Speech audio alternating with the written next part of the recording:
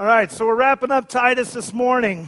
Short letter, 3 chapters is all it's been. But we've spent 6 weeks kind of digging through it and picking it apart and learning and growing and being stretched and being challenged by its words and by its message. There's been lots of gospel that's come up in the letter of Titus.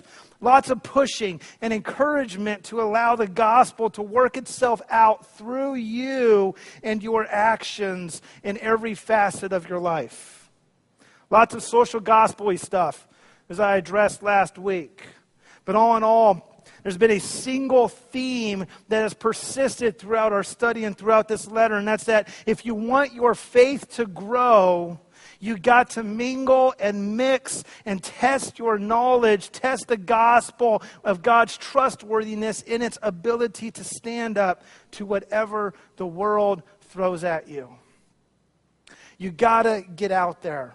You got to put it into action. You got to trust that God really does want to use you and work through you and will do exactly those things. It's the basic gist. The basic idea that Paul is communicating throughout this letter, from verse 1 all the way through the end of chapter 3. And while we may often be tempted to view the gospel as only valuable and a blessing to certain people, namely Christians or those who might be open to becoming a Christian, the picture that we are given in Titus is actually one in which the gospel shows itself as being a blessing for the whole world.